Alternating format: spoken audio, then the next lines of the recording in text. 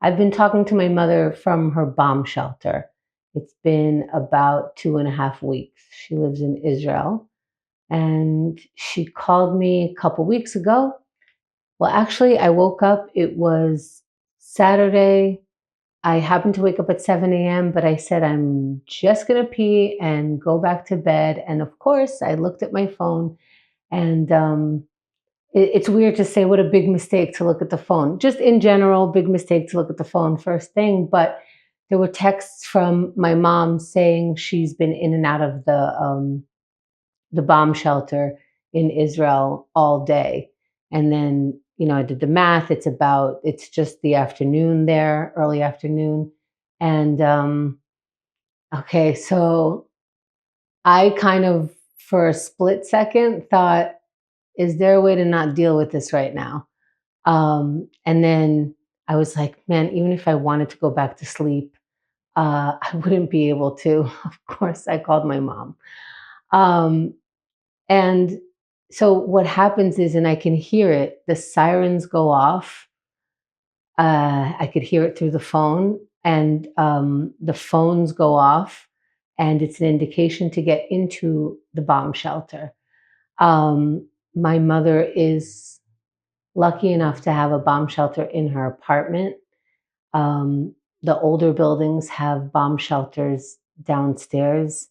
So I guess it sounds weird to say she's lucky to have a bomb shelter in her apartment, but the buildings have bomb shelters in Israel. I remember when we used to visit, all the bomb shelters were downstairs. So it'd be like the first floor, there you could see, well, I'm picturing my uncle's place.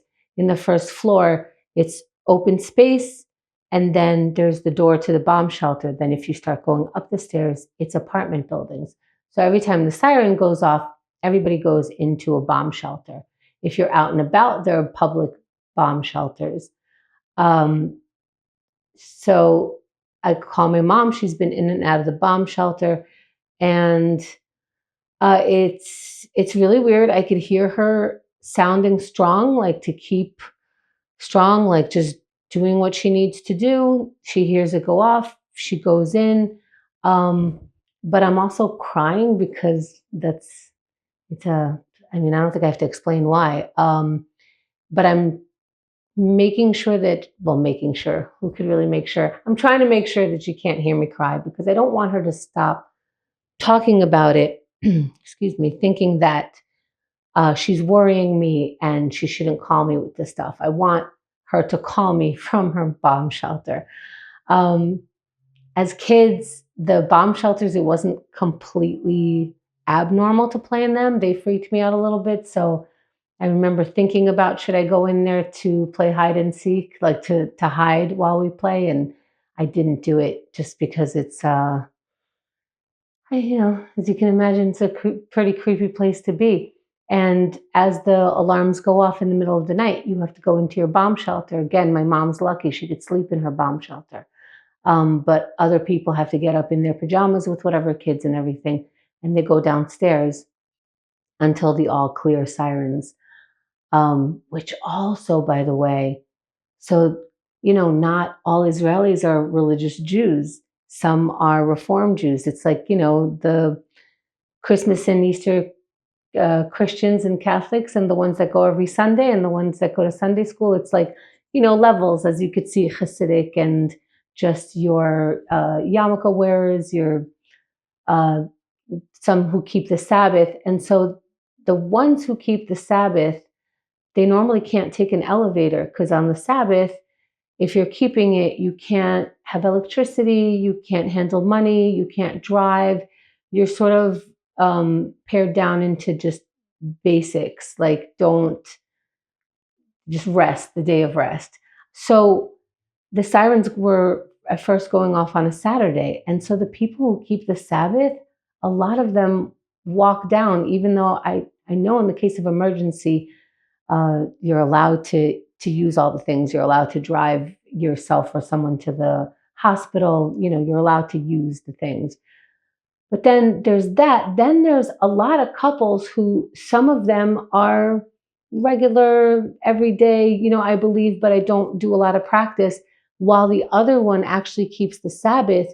And when the alarms go off, one takes the elevator and one takes the stairs.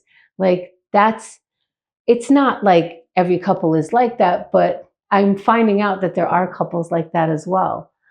Um, it's just interesting to think about, and I picture it every time. Uh, I think I'm supposed to have these thoughts about um, what is it like, and it is exactly like that. You hear the sirens in the back. You're trying not to tell the person that you're worried about them because that's not an actual action that you're doing. And you just try to talk, or at least this is what I should use, the I pronouns. I'm trying to talk like regular, trying not to push any politics that I have or any thoughts like that while she talks to me about what she's actually experiencing. Um, I'm just picking up the phone when she calls and uh, talking about what she wants to talk about. And I think that's fair. And she does ask me about my day and she does ask me about stuff. And she is trying to be regular about it. And I can hear fear in her voice sometimes. And she is the kind of person who makes sure that she's okay, meaning she's not going to panic. There's like a lot of uh, times where you got to watch out because the sirens go off and people start rushing and they get hurt. So she's trying to stay steady and paced. And I think that I admire her. I admire her on that because I don't think panic is going to do anything. And that's why I don't tell her I'm worried about her. She even said, she goes, okay, so don't worry about me. And I said, all right, but that means you don't worry about me either. Now, who knows what she heard, but um, I'm not going to sit and worry because that's not doing anything, not for me, not for her. Uh, but I did want to share it, and I'm not even sure what I just said because it is really weird to talk about it, and I want to talk about it, but also I don't. And I'm not sure I even said much. I'm not even sure what I said, so I'm going to leave it there. Today's Tuesday, the 17th. The alarms have been going on for a couple weeks. Um, I don't know what's going to happen tomorrow, but neither do you. See you then.